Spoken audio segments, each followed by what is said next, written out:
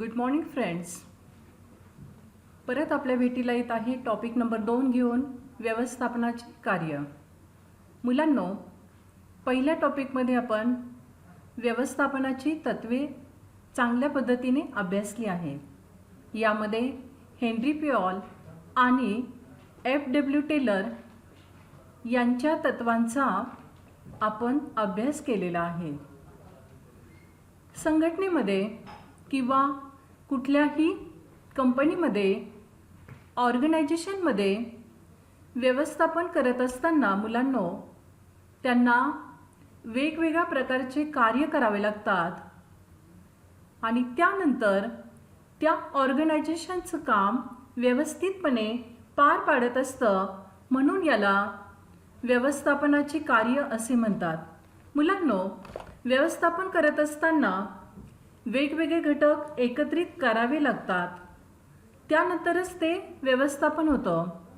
उदाहरणार्थ, एकत्र हिंदू कुटुंब व्यवसायामध्ये कर्ता हा त्या कुटुंबाचा प्रमुख असतो आणि कुटुंबाचा प्रमुख असल्याने त्या कर्त्याला त्या कुटुंबासाठी वेगवेगळे कामं करावे लागतात, मार्गदर्शन करावे लागते, नियंत्रण करावे लागते. मग हा कर्ता कुटुंबासाठी व्यवसाय करत असताना कुटुंबातील प्रत्येक सदस्यांचा आधार घेतो, त्यांची मदत घेतो, म्हणजेच समन्वय करतो, नियंत्रण करतो, मार्गदर्शन करतो आणि त्या कुटुंबाला, त्या एकत्र हिंदू कुटुंब व्यवसायाला तो निर्देशन करतो. म्हणजेच मुलांनो, आपल्याला व्यवस्थापनाची सर्व कार्य या ठिकाणी दिसून येतात, म्हणून त्याला व्यवस्थापनाची कार्य असे म्हणतात. हेनरी पिऑलच्या मतानुसार मुलांनो, व्यवस्थापन करणे म्हणजे भाकीत वर्तविणे होय. भाकीत किंवा भविष्याचा अंदाज घेणे होय. यामध्ये नियोजन करणे, संघटन करणे, आदेश देणे आणि नियंत्रण ठेवणे होय. प्रत्येक ऑर्गनायझेशनमध्ये काम करत असताना प्लॅनिंग करावं लागतं, ऑर्गनायझेशन करावं लागतं आणि संपूर्ण कर्मचाऱ्यांवर आणि त्या ऑर्गनायझेशनवर कंट्रोलसुद्धा ठेवावं लागतं. लुथर गुलिक यांनी व्यवस्थापन कार्यासाठी पॉश डी क्रॉप हा शब्द वापरलेला आहे. म्हणजे या ठिकाणी त्यांनी पी म्हणजे काय सांगितलेले, प्लॅनिंग. म्हणजे कुठल्याही ऑर्गनायझेशनला प्लॅनिंग करावं लागतं, त्यांना नियोजन करावे लागते.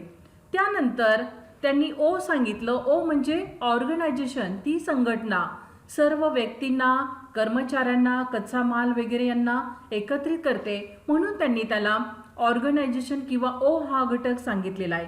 त्यानंतर यस म्हणजे स्टाफिंग म्हणजे कर्मचारी व्यवस्थापन. कुठल्याही ऑर्गनायझेशनमध्ये त्या ऑर्गनायझेशनला कर्मचारी व्यवस्थापन करावे लागते, म्हणून त्यांनी यस ही संकल्पना किंवा कॉन्सेप्ट सांगितलेली आहे.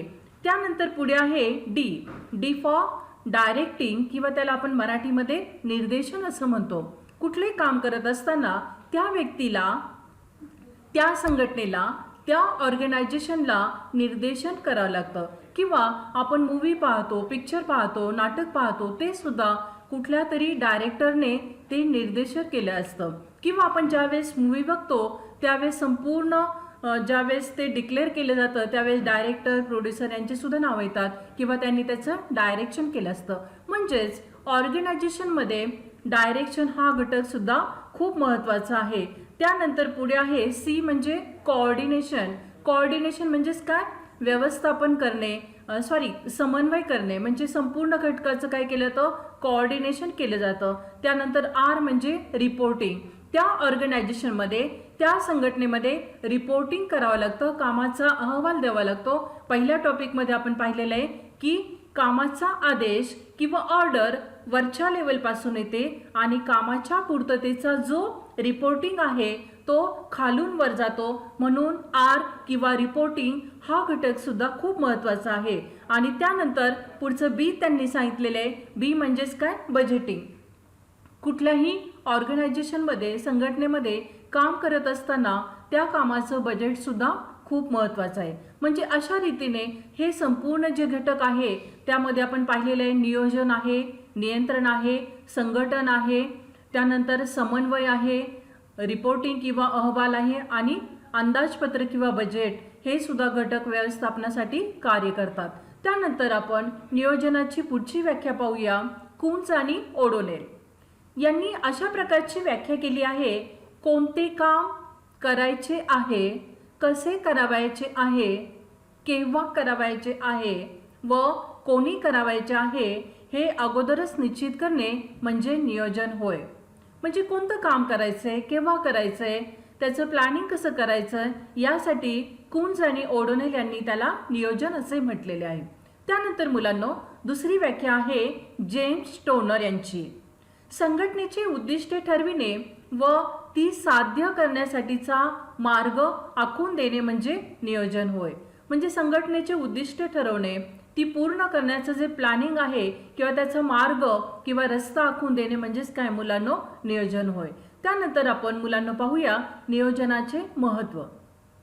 वरील दोन्ही व्याख्येवरून तुमच्या असं लक्षात येते की नियोजनामध्ये कोणतं संघटनेला काम करायचं आहे त्याचं प्लॅनिंग करावं लागतं, त्याचं मार्गदर्शन करावं लागतं, त्याचं गाईडलाईन करावं लागतं, ते डिसाईड करावं लागतं आणि त्या पद्धतीने ती ऑर्गनायझेशन काम करत असते. म्हणून याला आपण नियोजन असे म्हणतोय. नियोजनामध्ये हे नियोजन जे आहे ते पूर्वानुमानाच्या साहाय्याने केले जातं. पूर्वानुमान म्हणजे काय केलं जातं की पूर्ण त्याचा पहिला स्टडी केला जातो, अंदाज बांधले जाते आणि त्यामुळे काय केलं जातं की भविष्याचा जो धोका आहे तो धोका कमी केला जातो. म्हणजे या संघटनेला, या ऑर्गनायझेशनला कोठे जायचंय, कसे जायचं याबद्दलची रूपरेषा ठरवली जाते. मुलांना या महत्त्वामध्ये त्यांनी पहिला पॉईंट सांगितलेला आहे, स्पष्ट उद्दिष्टे निर्धारित करण्यास मदत करते. आता स्पष्ट उद्दिष्टे म्हणजे कुठली नियोजन त्या ऑर्गनायझेशनचं ध्येय आणि उद्दिष्टे साध्य करण्यास मदत करते. मग या उद्दिष्टातून काय केलं जातं की व्यवस्थापकाला सद्य परिस्थितीचा अभ्यास करता येतो. सद्य परिस्थितीमध्ये कुठले प्रॉब्लेम्स आहे त्यांचा अभ्यास केल्यानंतर त्याची मदत नियोजनात होते किंवा नियोजन करताना त्याचा उपयोग होतो. म्हणून व्यवस्थापकाला स्पष्ट उद्दिष्टे निर्धारित करण्यास मदत करते. त्यानंतर दुसरं महत्त्व आहे मुलांनो की दिशा दर्शविते. नियोजनामुळे ध्येय व उद्दिष्टे स्पष्टपणे नमूद केलेली असते.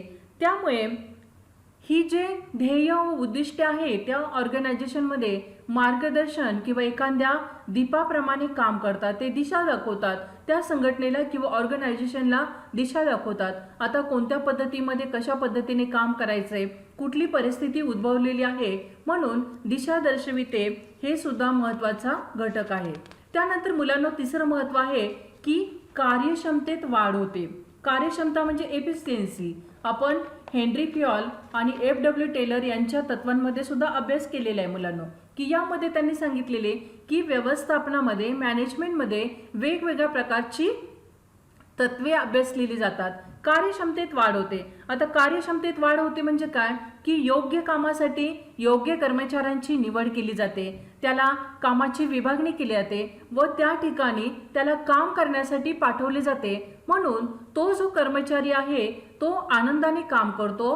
त्याच्या पात्रतेप्रमाणे, त्याच्या स्किलप्रमाणे त्याला ते काम मिळतं. म्हणून त्याच्या कार्यक्षमतेमध्ये काय केलं तर वाढ होते. त्यानंतर नियोजनामध्ये पुढचं महत्त्व आहे मुलांनो की जोखीम कमी करते. जोखीम कमी करते म्हणजे काय, धोका कमी करतो. आपण 11वी मध्ये पाहिलेलं आहे मुलांनो की व्यवसायाच्या समस्या, कुठलंही ऑर्गनायझेशन असेल, कुठली संघटना असेल किंवा कुठली फर्म असेल, कंपनी आहे, यांना वेगवेगळ्या प्रकारचा धोका निर्माण होतोच आहे. 11वीला मुलांना आपण पाहिलंय की हे धोके मानव निर्मित असतात किंवा निसर्ग निर्मित असतात किंवा हे नैसर्गिक असतात. मुलांनो ते धोके आपण टाळू शकत नाही, परंतु प्लॅनिंग केल्यामुळे किंवा नियोजन केल्यामुळे तो धोका काय केला जातो, कमी केला जातो. आता कोरोना व्हायरस किंवा कोविड-19 बघा, हा धोका आपण करू शकत नाही किंवा त्यावर आपण वेगवेगळ्या प्रकारचं प्रिकॉशन घेतो, वेगवेगळं आपण उपाय योजलेले आहे, ते उपाय योजण्याचा आपण प्रयत्न करतो आणि त्या पद्धतीने आपण चालण्याचा प्रयत्न करतो. किंवा मुलांनो आपण आपल्या दैनंदिन आयुष्यामध्ये LIC सारखे वेगवेगळ्या स्कीम आहे त्या आपल्याला काय करतात, लाईफ इन्शुरन्स कॉर्पोरेशन असेल त्या आपल्या जीविताची हमी देतात. 11वीत असताना सुद्धा मुलांना तुम्हाला सांगितलं की एखाद्या व्यक्तीचा मृत्यू झाला किंवा ॲक्सिडेंटमध्ये तो गेला तर ती LIC कंपनी त्याच्यासारखा हुबेहूब व्यक्ती आपल्याला देत नाही किंवा तो व्यक्ती निर्माण करत नाही.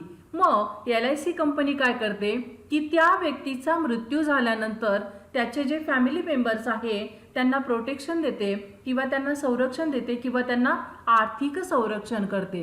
यामध्ये काय झालेले की तो मेलेला व्यक्ती, मृत पावलेला व्यक्ती परत जिवंत होत नाही, परंतु त्याचे जे फॅमिली मेंबर आहे त्यांना काय केलं जातं, आर्थिक संरक्षण दिलं जातं. म्हणजेच त्यांची काय केलं जातं, जोखीम कमी केलं जातं. म्हणून आपण पाहतो की LICचं तत्व त्यांनी सांगितलेलं आहे, जिंदगी के साथ और बाद, जिंदगी के बाद, म्हणजे मेल्यानंतर सुद्धा लाईफ इन्शुरन्स कॉर्पोरेशन जे आहे ते त्या व्यक्तीसाठी काय मदत करतं, त्यांची जोखीम कमी करतं. त्यानंतर पुढचं महत्त्व सांगितलेलं आहे, उपलब्ध संसाधनांचा पर्याप्त वापर. उपलब्ध संसाधनं म्हणजे काय मुलांनो, पहिल्या टॉपिकमध्ये आपण पाहिलेलं आहे की कुठल्याही ऑर्गनायझेशनमध्ये, फर्ममध्ये किंवा त्या कंपनीमध्ये काम करत असताना वेगवेगळ्या साधनांचा वापर करावा लागतो. आता ही साधने भौतिक असतात किंवा मानवी असतात. मग या साधनांमध्ये आपण पाहिलेलं आहे की मनुष्यबळ आहे, कच्चा माल आहे, वेगवेगळ्या प्रकारची यंत्रसामुग्री आहे, कुशल कामगार आहे किंवा ह्या सर्व वेगवेगळ्या घटकांना एकत्रित केलं जातं. म्हणून नियोजनामुळे उपलब्ध साधनांचा पर्याप्त वापर केला जातो.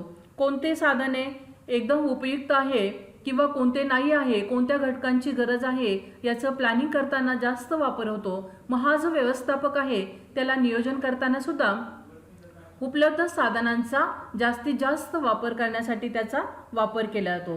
त्यानंतर निर्णय घेण्यास मदत करते. कंपनीमध्ये किंवा ऑर्गनायझेशनमध्ये वेगवेगळ्या प्रकारचे पर्याय असतात किंवा विकल्प असतात. काही विकल्प सकारात्मक असतात तर काही नकारात्मक असतात. हा जो व्यवस्थापक असतो या व्यवस्थापकाला निर्णय घेण्यासाठी त्याचा खूप मदत होतो. काही जे निगेटिव्ह फॅक्टर आहे किंवा जे काही पॉझिटिव्ह फॅक्टर आहे मग तो प्लॅनिंग करत असताना त्यांचा अभ्यास करतो आणि संस्थेला, ऑर्गनायझेशनला कुठला घटक चांगला उपयोगी पडेल तो घटक त्याला तो प्रेफरन्स देतो. म्हणून निर्णय घेण्यासाठी सुद्धा नियोजनाचा उपयोग होतो. त्यानंतर पुढचं महत्त्व आहे नियंत्रणासाठी मानके ठरविण्यास उपयुक्त.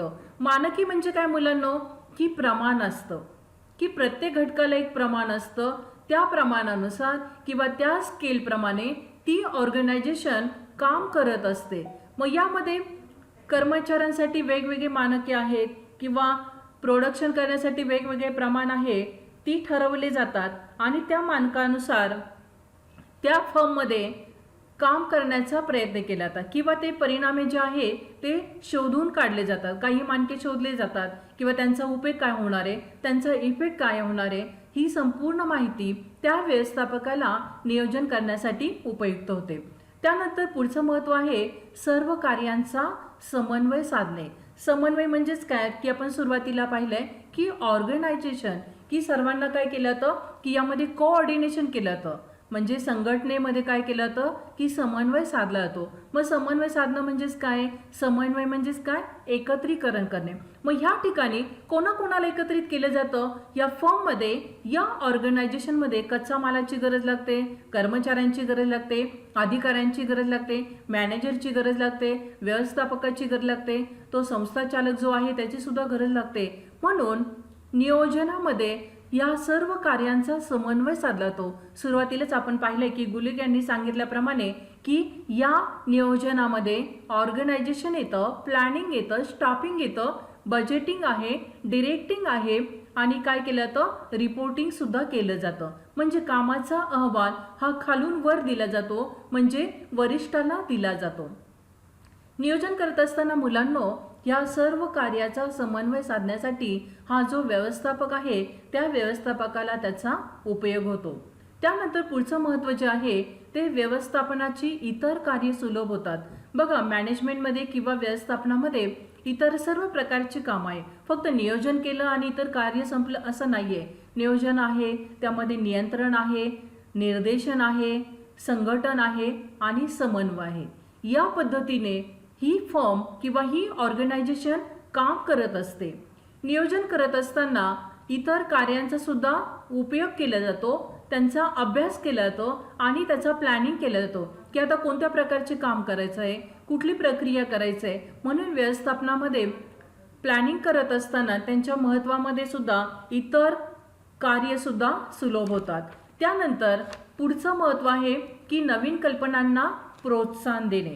पहा, कुठल्याही ऑर्गनायझेशनमध्ये किंवा फर्ममध्ये नियोजन घेण्याची एक प्रक्रिया आहे किंवा नियोजन करत असताना ते सकारात्मक पद्धतीने केले जातात. संपूर्ण नाविन्य कल्पनांचा विचार केला जातो, त्यांचा अभ्यास केला जातो आणि त्या कल्पनांना प्रोत्साहन दिले जातात.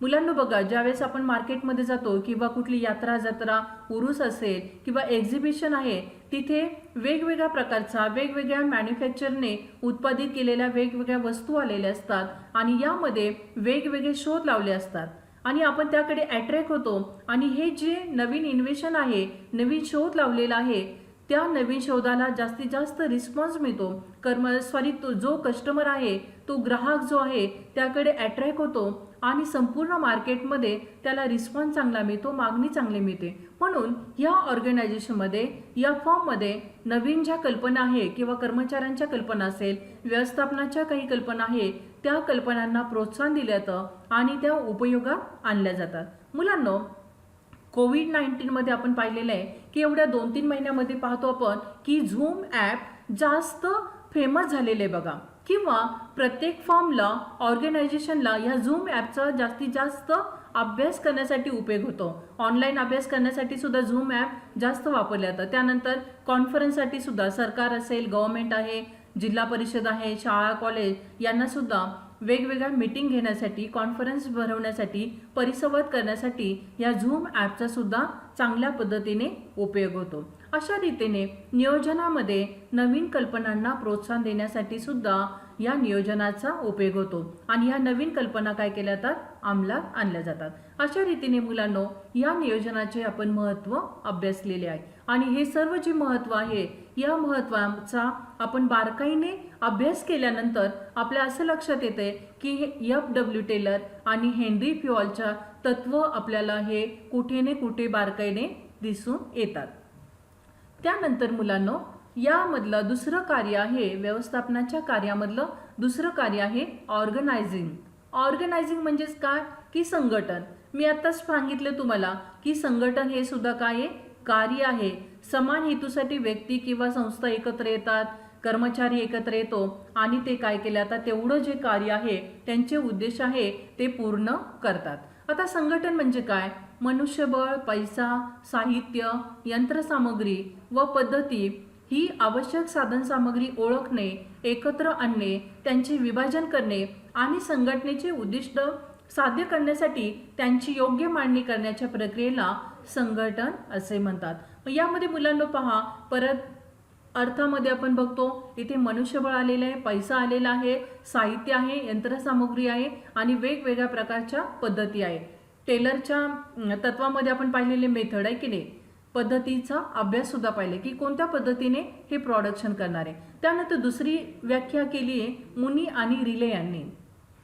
संघटना ही एक समान हेतू साध्य करण्यासाठी प्रत्येक मानवी सहयोगाचा प्रकार आहे. म्हणजे समान उद्दिष्टासाठी संपूर्ण जी संघटना आहे, ती संघटना, ते मानव किंवा कर्मचारी, अधिकारी एकत्र येतात आणि त्या संस्थेचे उद्दिष्ट पार पाडण्यासाठी ते काय करतात, मदत करतात. पुढचा आहे कुन्स आणि ओडोनेल यांनी संघटनाचा अर्थ असा सांगितला की संघटनामध्ये उद्दिष्टे व योजना पूर्ण करण्यासाठी आवश्यक असलेल्या कार्याचे गट करणे, या कार्याची जबाबदारी योग्य विभागाकडे सोपविणे आणि अधिकार व विभागणी व समन्वय यांची तरतूद करणे यांचा समावेश होतो. म्हणजे वेगवेगळ्या कामाचे गट केले जातात, त्या कामाची विभागणी केली जाते, म्हणजेच काय, संघटन आहे. त्यानंतर मुलांनो, थियो हायमेन यांनी संघटनाची अशी व्याख्या केली की संघटन ही एखाद्या संस्थेतील क्रियांचे अर्थ सांगण्याची, त्यांचे गट पाडण्याची एक प्रक्रिया आहे, ज्यात अधिकारानुसार नातेसंबंध निर्माण केले जातात. संघटनांचे कार्य पार पाडताना ती प्रभावीपणे अंमलात आणण्यासाठी त्या व्यवस्थापक कार्याची माहिती देतो, त्याची विभागवार विभागणी करतो आणि त्यांची वाटणी करतो. म्हणजे हा जो व्यवस्थापक आहे तो त्या ऑर्गनायझेशनमध्ये, त्या संघटनेमध्ये मानवी नातेसंबंध निर्माण करतो. अधिकारी व कर्मचारी हे त्यांचे चांगले नातेसंबंध निर्माण होतात. त्यानंतर संघटनेचे कार्य प्रभावीपणे पार पाडण्यासाठी वेगवेगळ्या जे प्लॅनिंग आहे, योजना अंमलात आणल्या जातात, त्याची तो माहिती देतो आणि त्याची विभागवार काय केली जाते, विभागणी केली जाते. त्यानंतर पुढे आहे संघटनांचे महत्त्व. यामध्ये पहिला पॉईंट आहे प्रशासन व दैनंदिन कामकाज सुलभ होते. संघटनेमध्ये जे प्रशासन आहे किंवा जे ॲडमिनिस्ट्रेशन आहे यामध्ये सुलभपणा येतो. सुलभपणा येतो म्हणजे की पूर्वानुमानानुसार आधी सुरुवातीला प्लॅनिंग केलं जातं, नियोजन केलं जातं. ते प्लॅनिंग किंवा नियोजन केल्यामुळं काय केलं जातं की जे प्रशासन आहे ते दैनंदिन किंवा एकदम सुलभ होतं, स्मूथ रनिंग करतं. म्हणजे व्यवस्थितपणे तो व्यवस्थापक, तो जो कारभार आहे, ती संघटना व्यवस्थितपणे तो रन करतो. त्यानंतर दुसरं जे महत्त्व आहे विशेषीकरण घडून येतं. विशेषीकरण घडून येतं म्हणजे संघटना एक प्रकारचं मानवी जाळ आहे मुलांना. यामध्ये स्पेशलायझेशन घडून येतं. स्पेशलायझेशन म्हणजे वेगवेगळ्या कर्मचाऱ्यांची वेगवेगळ्या गटामध्ये काय केलं जाते, विभागणी केली जाते. मग त्यासाठी त्या कर्मचाऱ्यांची पात्रता पाहिली जाते, त्यांचं कौशल्य पाहिलं जातं, त्यांचा अनुभव पाहिला जातो. त्यामुळे हा कर्मचारी त्याला त्याच्या आवडीचं त्याला काम मिळाल्यामुळे त्याच्या कामामध्ये विशेषीकरण घडून येतं. संघटनेची जी कामं आहे, संस्थेची जी कामं आहे ते चांगल्या पद्धतीने पूर्ण करून येतात आणि त्या कर्मचाऱ्याला सुद्धा कामाचा आनंद किंवा समाधान मिळतं, म्हणजेच विशेषीकरण घडून येते. त्यानंतर कामाची निश्चिती. कुठल्याही फॉर्ममध्ये कर्मचाऱ्यांची निवड, त्याची पात्रता, त्याचा अनुभव, त्याचा कामाचा अनुभव, त्याला कुठल्या प्रकारचं स्किल आहे या पद्धतीने ते निश्चित केले जातात. त्यामुळे कामाची निश्चिती केली जाते व कामाची निश्चिती केल्यामुळे तो कर्मचारी त्या संघटनेमध्ये चांगल्या पद्धतीचं तो काय करतो, काम करतो. त्यानंतर संघटनेचे पुढचे महत्त्व आहे अधिकार व जबाबदारी यांचे स्पष्टीकरण. आपण लेवल ऑफ मॅनेजमेंट पाहिलेले मुलांना. यामध्ये उच्च स्तर, मध्यम स्तर आणि कनिष्ठ स्तर यामध्ये आपण असा अभ्यास केलेला आहे की अधिकार हा वरच्या लेवलवरून खाली येतो. म्हणजे अधिकार व जबाबदारी. अधिकाऱ्यांनी जे काम सांगितलेले आहे ते कर्मचाऱ्यांना पूर्ण करावं लागतं, म्हणून याला अधिकार व जबाबदारी यांचे स्पष्टीकरण म्हणतात. अधिकाऱ्यांनी अधिकार असतात, त्यांना कामाचा ते आदेश देतात व कर्मचाऱ्यांनी जे वरिष्ठांनी जे काम दिलेले आहे ते काम चांगल्या पद्धतीने पूर्ण केलं पाहिजे आणि त्या कामाचा अहवाल आहे तो वरिष्ठाला दिला पाहिजे, म्हणून याला अधिकार व जबाबदारी यांचे स्पष्टीकरण म्हणतात. त्यानंतर समन्वय स्थापित करते. समन्वय म्हणजेच कोऑर्डिनेशन. यामध्ये एका घटकावर दुसरा घटक अवलंबून आहे, दुसऱ्यावर तिसरा आहे. मग या संघटनेमध्ये हे संपूर्ण घटकामध्ये किंवा व्यवस्थापनाच्या कार्यामध्ये समन्वय ठेवला जातो. समन्वय म्हणजे कोऑर्डिनेशन ठेवलं जातं. त्यानंतर प्रभावी प्रशासनासाठी मदत करतं. प्रभावी प्रशासन म्हणजे या ठिकाणी वेगवेगळ्या प्रकारची पदे असतात, वेगळी कार्य आहे किंवा हा जो व्यवस्थापक आहे याला प्रशासन करण्यासाठी वेगवेगळे कामं करावं लागतात. योग्य कामासाठी योग्य व्यक्तीची निवड केली जाते. त्यामुळे सुद्धा हा व्यवस्थापक काय करतो, प्रभावी प्रशासनासाठी मदत होते. त्यानंतर पुढचं महत्त्व आहे वाढ आणि विविधतेसाठी उपयुक्त. वाढ म्हणजे त्या संघटनेमध्ये